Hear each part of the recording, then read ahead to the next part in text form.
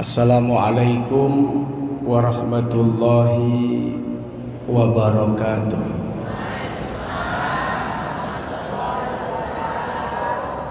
Alhamdulillahi rabbil alamin. Assalatu wassalamu ala asyrafil anbiya wal mursalin Sayyidina wa habibina wa syafi'ina wa maulana nabiyyina Muhammadin sallallahu alaihi wasallam wa ala alihi wa ashabihi ajma'in.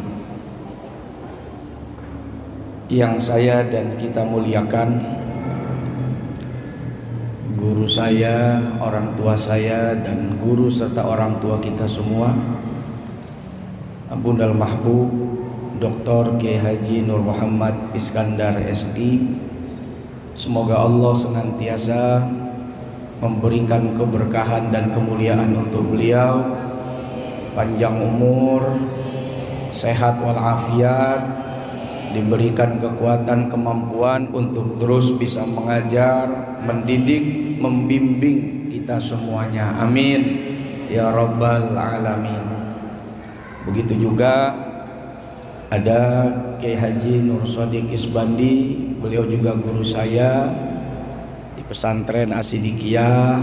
Kemudian ada Kiai Haji Endang Badar Rahman, beliau juga guru saya. Kemudian ada sahabat saya Kiai Haji Hasan Qosasi, yang kemana-mana kata Abah ongkosnya selalu dikasih. Mudah-mudahan guru-guru semua yang saya sebut maupun yang hadir hari ini, kita doakan semoga Allah muliakan dunia akhirat. Amin ya rabbal. Ketua DKM Masjid Raya Al-Mukhlisin Pluit, Pak Haji beserta dengan seluruh pengurus yang lain, semoga senantiasa diberikan keberkahan oleh Allah Subhanahu wa taala. Ibu-ibu, bapak-bapak, hari ini insya Allah mudah-mudahan kita dicatat sebagai orang-orang yang memakmurkan masjid dengan syiar-syiar agamanya Allah Subhanahu. Karena masjid ini boleh dibilang masjid bersejarah, masjid yang cukup tua, masjid yang cukup lama keberadaannya di Jakarta. Bahkan ini masjid awal mula Abah merintis perjuangan, merintis ya, bagaimana beliau memulai datang ke Jakarta untuk mengabdikan diri, waktu dan ilmunya. Alhamdulillah ini tempat pertama kali ya Abah. Sampai hari ini beliau masih istiqomah datang mengajar, duduk bersama dengan umat di Masjid Raya Al-Mukhlisin Pluit. Alhamdulillah. Bayangkan ini dulu masjid di sekelilingnya warga masyarakat ya Bu. Sekarang tuh ya, coba bayangin apa enggak Allah gembira nih ngelihat kita. Nabi bahagia, kanan kiri depan belakang nih udah hampir nggak ada orang kampung. Perkantoran, mall, rumah sakit, komplek yang mayoritas non muslim, di depan ada karaoke, panti pijet, ya masih pada mau kemari, ya kan? Nggak mungkin juga. Begitu kita bikin acara peringatan Maulid Nabi Muhammad SAW, saudara-saudara datang. Apa enggak gembira nih Rasulullah SAW? Satu, Nabi gembira. Dua, syiar. Walaupun ini masjid jauh dari lingkungan perkampungan, tapi begitu dibuat acara, ada pengajian, ada majelis, ibu-ibu, bapak-bapak, saudara-saudara dengan penuh semangat karena cinta kepada Allah, kita hadir, kita siarin, kita gedein ya apa yang menjadi perjuangan yang udah lama ya. Masjid ini berdiri alhamdulillah, bahkan Seyogyanya harusnya kalau bukan karena perjuangan abah dan guru-guru, ini masjid saya rasa udah dibongkar kali ya Pak Haji. Udah dibongkar. Dianggap siapa yang mau datang? Orang nggak ada di sini. Tapi Masya Allah, hari ini Bapak Ibu mudah-mudahan bukan cuman bikin Nabi dan Allah Subhanahu wa Ta'ala bergembira, tapi juga dicatat sebagai pejuang-pejuang agama. Amin ya Rabbal. Hadirin hadirat ibu bapak yang dirahmati Allah Subhanahu wa Ta'ala, Nabi kita Muhammad sallallahu alaihi wasallam adalah nabi yang Allah utus spesial membawa akhlak mulia. Dan hebatnya Nabi Muhammad ini, beliau punya ajaran itu masa waktunya panjang sampai kiamat. Nggak ada expired, nggak ada batas waktu, sampai dunia habis baru selesai. Nabi-nabi dulu itu diutus oleh Allah tergantung model umatnya. Model umat begini diutus Nabi Musa, yang pada keras kepala, Nabi Musa dia sana tuh. Oh, diutus Nabi Musa. Ada lagi model umat yang begini diutus Nabi Isa. Model umat yang begini diutus Nabi Soleh. Terus setiap nabi itu model umatnya lain-lain. Karakter umatnya beda-beda. Ya, sifat umatnya juga beraneka ragam. Tapi tidak dengan Nabi kita Muhammad sallallahu alaihi. Mau kayak apa model manusianya, mau sampai kapan manusianya ada, selama bumi masih utuh, selama dunia belum runtuh, maka ajaran baginda Nabi besar Muhammad sallallahu alaihi wasallam berlaku sesuai dengan bagaimana keadaan kondisi zaman orang tersebut. Jadi bukan ajaran Nabi ngikutin zaman yang menyesuaikan dan mengikuti ajaran Nabi kita Muhammad sallallahu alaihi wasallam. Itu hebatnya tuh. Makanya Nabi kita sebagai apa? Penyempurna, penutup para nabi dan rasul. Alhamdulillah. Saking akhlak Nabi mulia, Allah puji, Allah sanjung, dan sanjungannya juga istimewa. Wa innaka la'ala khuluqin azim. Disebut oleh Allah sebagai orang yang memiliki akhlak yang agung. Saking agungnya Nabi Shallallahu Alaihi Wasallam, akhlaknya bukan cuma cocok buat orang Arab, bukan cuma cocok buat orang Mekah Madinah, tapi untuk seluruh alam semesta. Inilah yang disebut sebagai rahmatan lil wa ma arsalnaka illa rahmatan lil alamin. Ini ngaji begini nih gayanya abah nih. Saya kalau dulu paling demen Yai Nur Sodik kalau abah baca Quran pakai langgam begini, wah lain sendiri. Gayanya enggak diajarin deh tuh.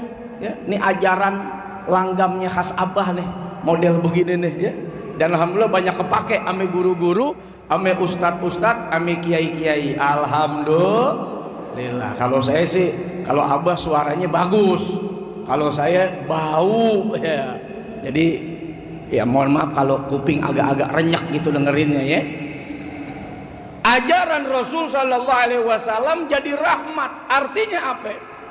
Bukan cuma cocok buat manusia, bahkan yang senang dan gembira, hewan, tumbuhan, jin sekalipun itu senang dan gembira. Contoh, Nabi kasih pesan nih, la yabulanna ahadukum fil juhri. Ini mati-matian mulu ya. Ente kalau kencing, kalau pipis, jangan di sembarang lobang. Tuh. Bayangin coba, jauh-jauh waktu Nabi udah ingetin kalau kencing jangan di sembarang lobang. Emang kadang kelakuan kita kalau pipis yang bukan di toilet biasanya suka nyari lobang, iseng, mepet tembok dia cari lobang semut, deket pohon dia cari lobang gedean dikit, iseng aja gitu, bawaannya kayak ada rasa iseng, pengen ngencingin lobang. Jauh-jauh udah diingetin jangan kencing di sembarang lobang. Kenapa itu? Sebab kita nggak tahu di dalam lobang itu bisa jadi ada makhluknya Allah, Pak. Tiba-tiba ada semut mau makan siang sama keluarganya udah ngumpul. Ada bapaknya, ada emaknya, ada abangnya, ada adiknya. Tiba-tiba saudara pipis. Tsunami. Mana bau jengkol tsunaminya? Bayangin coba, bubar gak kira-kira? Belum lagi kalau ada lobang gedean dikit, nggak taunya lobang ular kobra. Lah hari gini ular kobra pada di mana-mana, di Bogor, di Sukabumi, di Jawa, kobra pada keluar. Masya Allah, ini fenomena apa ini kobra? Ya, walaupun katanya ini musim apa? Hujan, musim hujan, kobra pada betelor, ular pada beranak. Ya, di kampung-kampung, di komplek-komplek, tiba-tiba kita pipis nih, kata ular kobra, perih juga nih, bisa apaan nih? Keluar di palanya, serot, dimakan ular kasur. Kira-kira bagaimana? Kobra ame ular kasur menang mana, Pak? Lah menang ular kobra. Ular kasur mah menangnya lawan buaya. Ya, buaya nih, buaya nih, menang ular kasur. Kalau lawan ular kobra pasti kalah. Bayangin coba, akhlak yang diajarkan Nabi jadi maslahat bukan hanya untuk manusia, bahkan makhluk-makhluk lain ikut gembira, ikut selamat. Alhamdulillah. Yang ketiga, pesan akhlak Nabi itu apa? Ruhnya.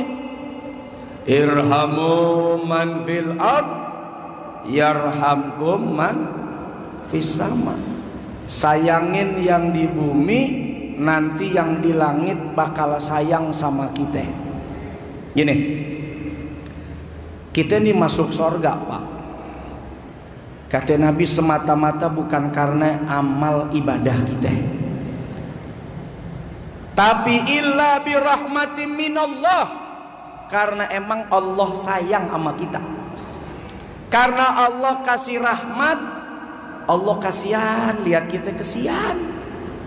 Udah hidup begini, cari kerja susah, cari makan juga berat, napas Senin Kemis, begitu di akhirat dijeblosin ke neraka. Allah kesian lihat kita kesian.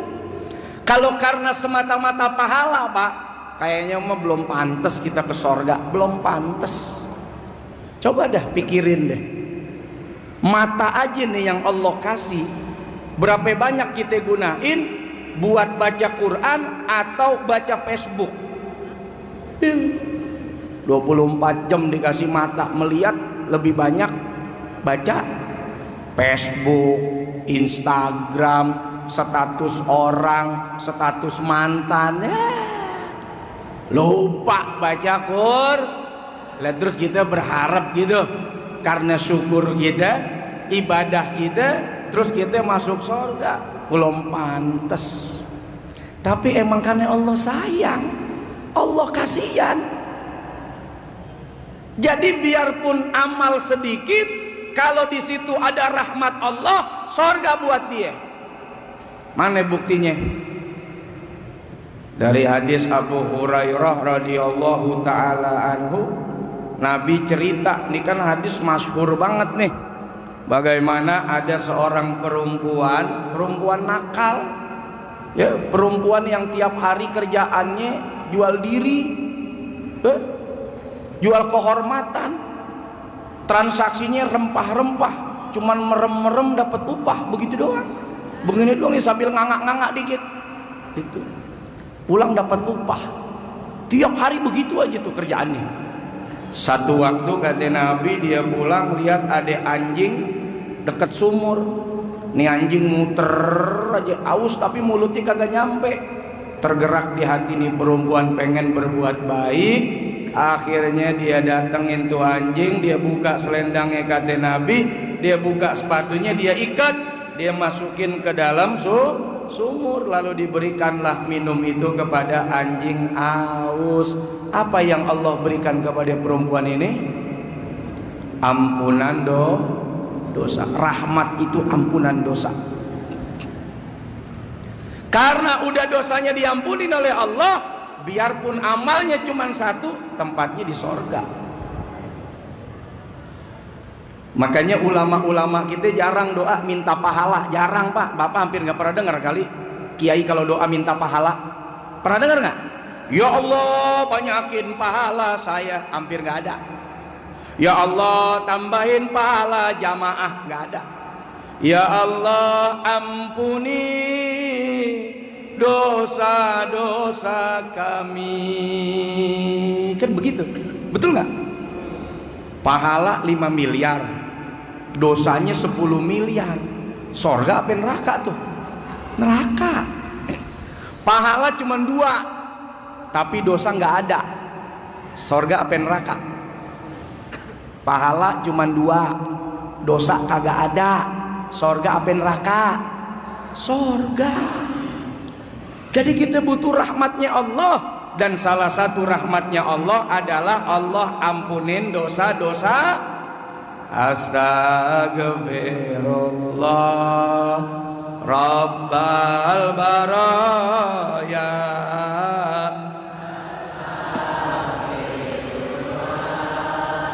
minal khataya. Astagfirullah Rabbal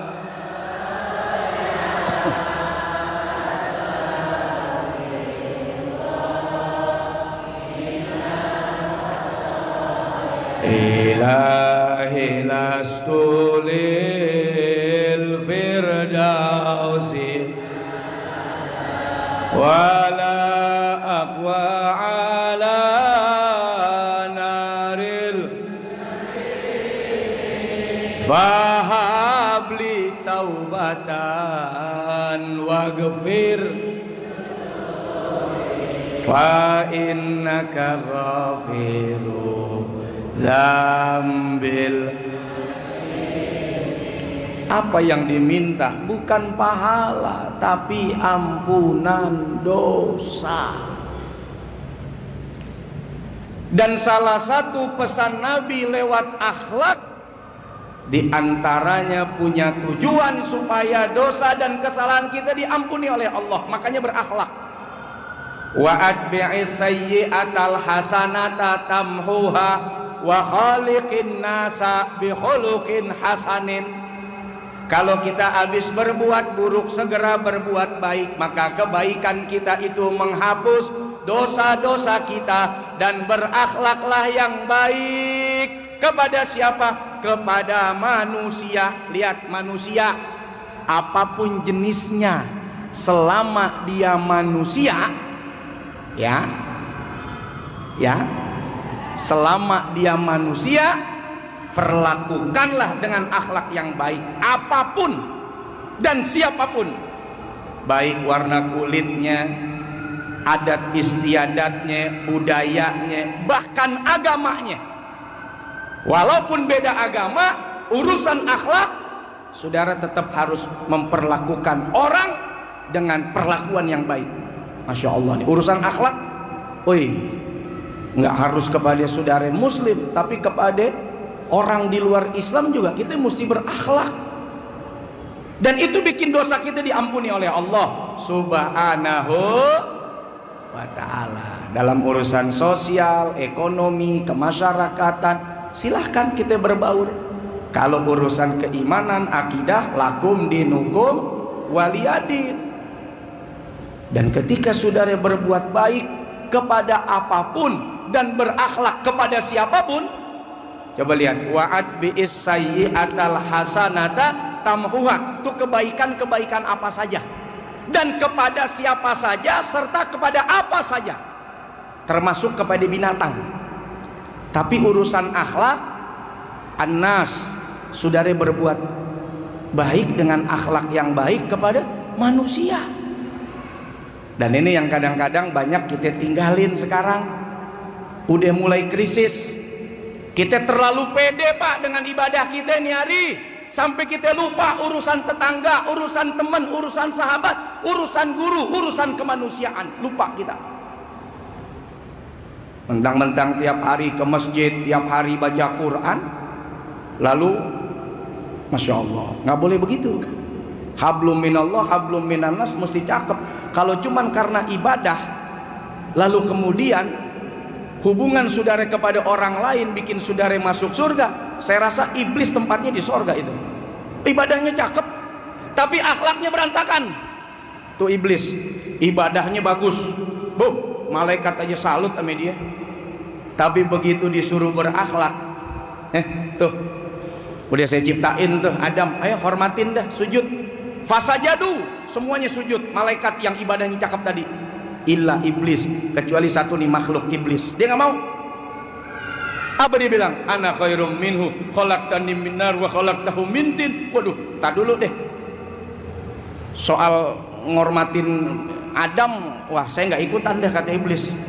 Saya lebih baik daripada dia. Saya dari api, dia dari tanah. Waduh, tak dulu dah. Enggak ada. Lihat akhlak. Ibadah cakep, akhlak belepotan. Di mana tempat iblis?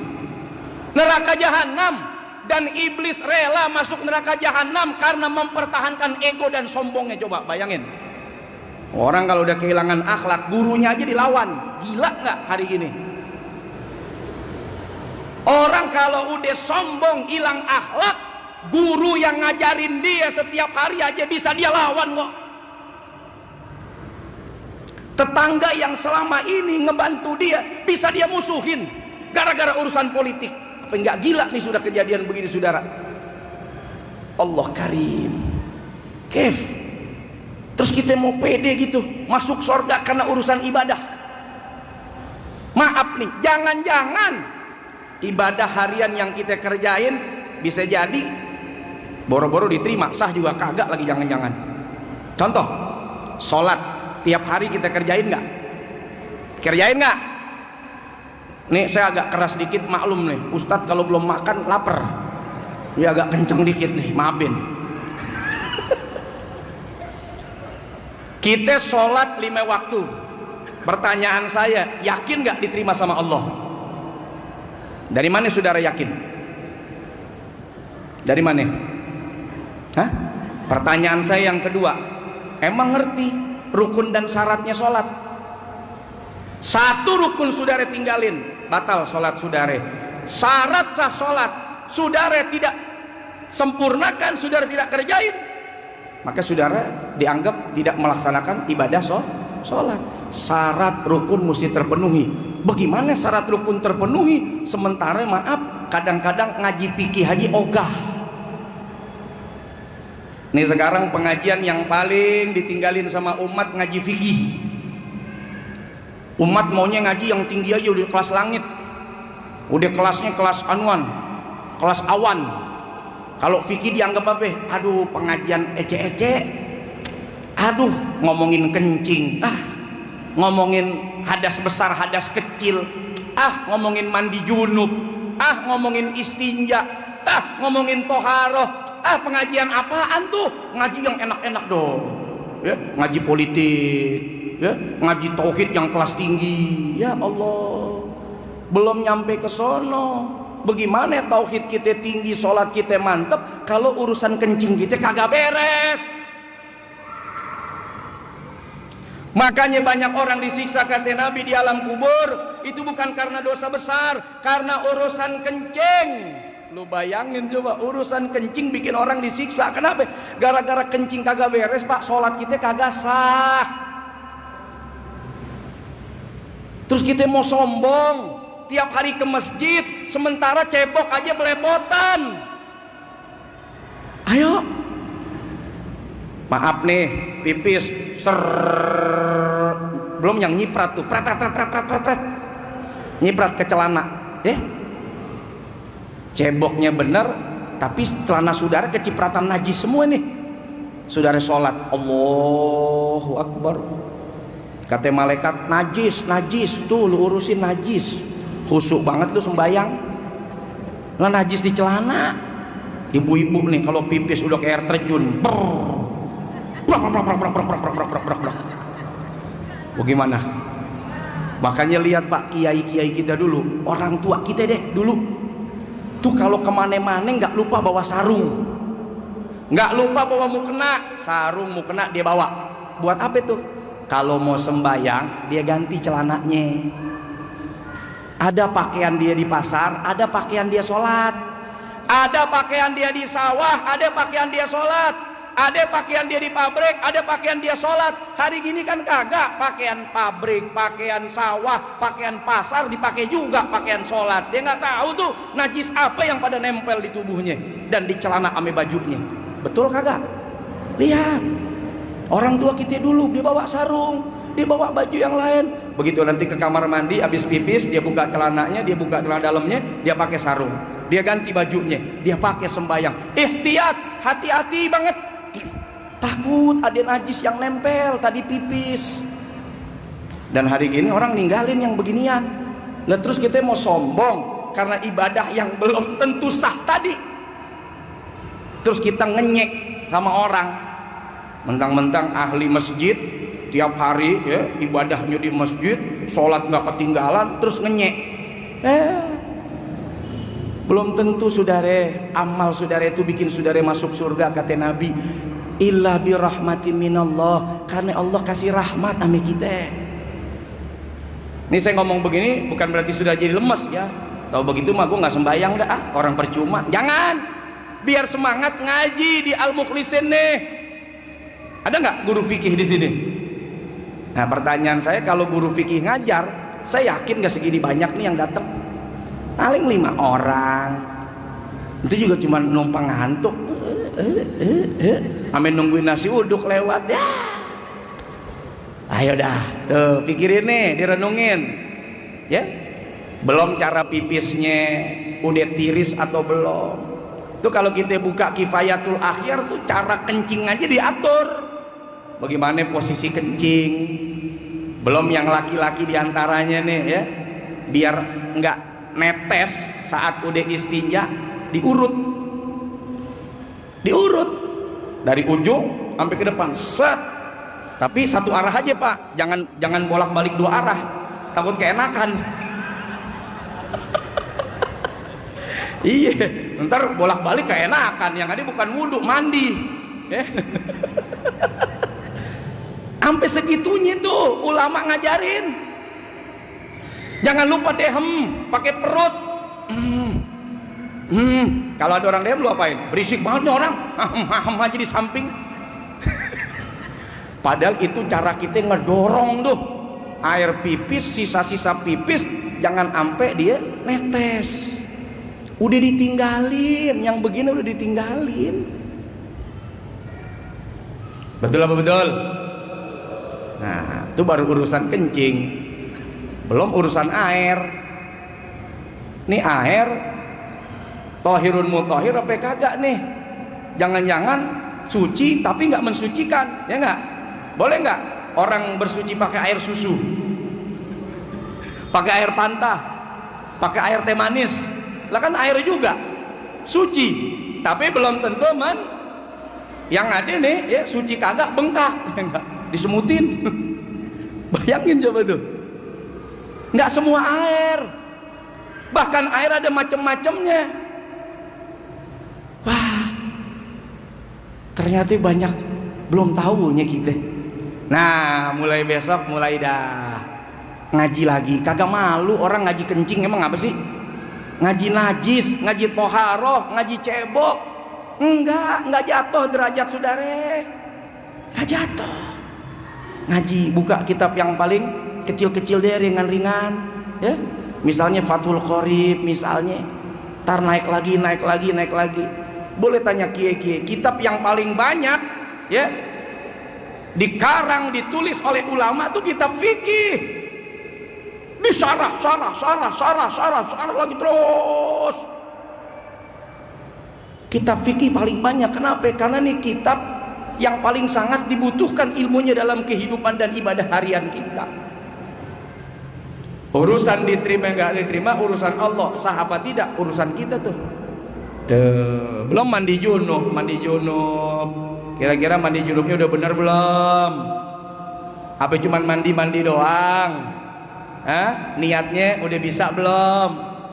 Terus anggota tubuh mana yang mesti kena air? Saudara mandi, maaf nih, lipetan belakang saudara nggak kena air, ya? Tahu lipetan belakang, dompet belakang, begitu nggak kena air lipetannya, ya. Saudara sholat, Allahu Akbar, kata malaikat, junub. Lu belum mandi junub pakai sembayang lo, gitu. Ya. Saudara baca Quran, bukan pahala, dosa. Saudara megang mushaf, dosa. Saudara masuk masjid, dosa. Dosa semua itu. Terus berharap dengan itu semua kita masuk surga. Begitu dibuka catatannya, lah kok dosa semua ini? Lah ngapa? Lalu belum junub, belum suci, belum bersih. Dah loh, mau ngomong apa loh? Begitu dibuka di amal, lah kok saya masuk masjid dosa nih ya Allah? Iya, lu masuk masjid dalam keadaan masih kotor, mandi lu kagak bener, ya bagaimana itu ntar di sisi Allah? Lah makanya nih Nabi sayang sama kita. Nabi kepengen dosa-dosa kita diampunin oleh Allah, bukan cuman sekedar amal pahala ibadah yang kita kumpulkan, tapi juga ampunan dosa yang kita butuhkan dari Allah Subhanahu. Dan salah satu cara Allah ampunin dosa dengan apa tadi? Dengan kita berbuat baik kepada apapun dan siapapun, termasuk kisah tadi tuh seorang jablay pelacur yang masuk surga karena kebaikannya kepada seekor anjing. Dan kita berakhlak mulia, akhlak yang bagus kepada siapa? Kepada manusia. Selama jenisnya manusia, saudara wajib berakhlak yang baik kepada orang. Tuh, Masya Allah. Contoh lagi nih. Nih kan banyak viral ya, ada orang sembayang nih di masjid. Kan masjid sekarang rata-rata pakai CCTV tuh, ya. Orang sholat, tiba-tiba ada yang jatuh di sampingnya, blek. Terusin sholatnya sampai berhenti.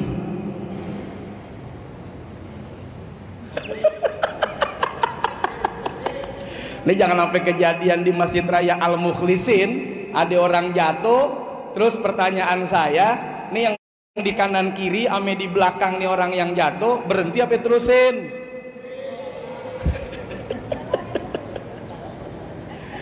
Bingung.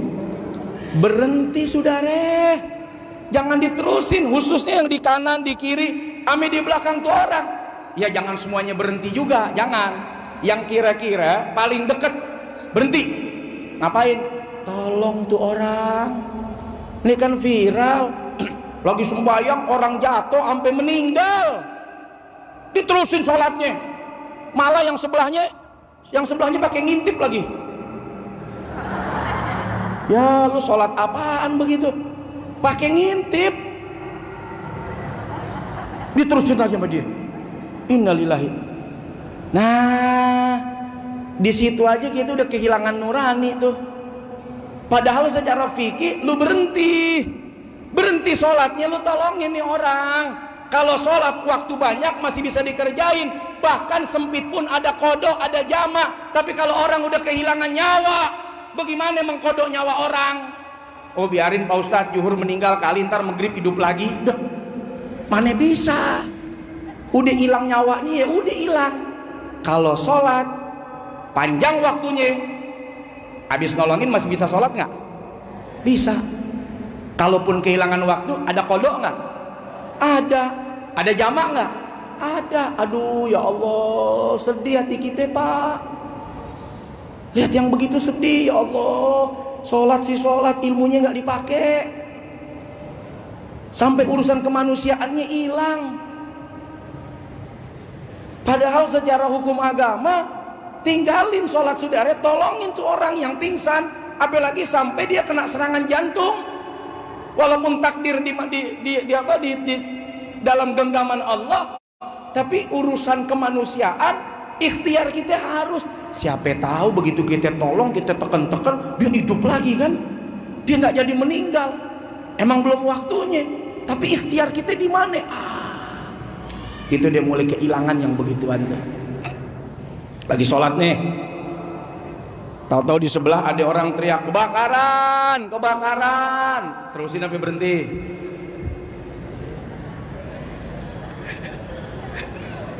Terusin sampai berhenti. Satu, terusin lu angus. Yang kedua, tuh orang angus.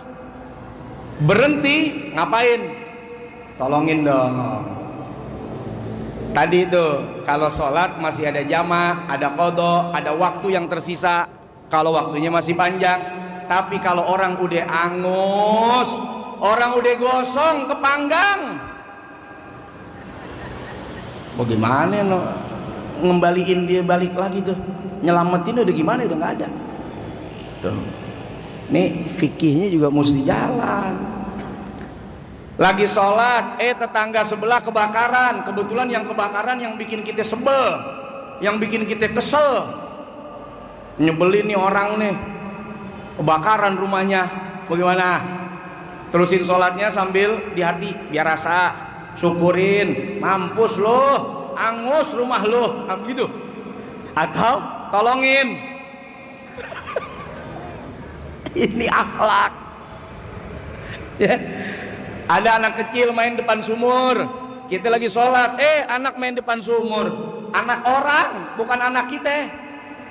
Kebetulan nih anak emaknya rese, bapaknya bikin gedek, bagaimana? Apa kita tungguin sampai nyemplung? Biarin dah nyemplung, ngerasain loh, ya, bikin kesel gua nih, kualatnya orang nih, gua tungguin nih, kapan nyemplungin nih anak nih. Atau berhenti tolongin, tapi bikin sebel bapaknya. Emaknya ngeselin, tolongin nggak? Cakep, begitu dong. Jangan sampai kita kehilangan ya sisi nurani kemanusiaan kita hari gini nih. Aduh, takut kita gara-gara politik orang berantem sama bapaknya dicaci maki. Coba, lo bapak sesat, lo bapak gila lo ya, lo bapak bodoh, tolol. Bapaknya ditolol-tololin. Innalillahi wa inna ilaihi rajiun. Udah dah ya, kita kembali ke laptop, ke akhlak gitu ya. Mudah-mudahan Allah ampuni dosa-dosa kita semua, amin. Allah maafkan segala kesalahan kita semua, amin. Sehingga tempat yang pantas dan layak mudah-mudahan adalah surga buat kita, amin ya rabbal ya rabbi bil mustafa balik maqasidana wa ghafir ya wasi'al karami ya rabbi bil mustafa balik maqasidana wa ghafir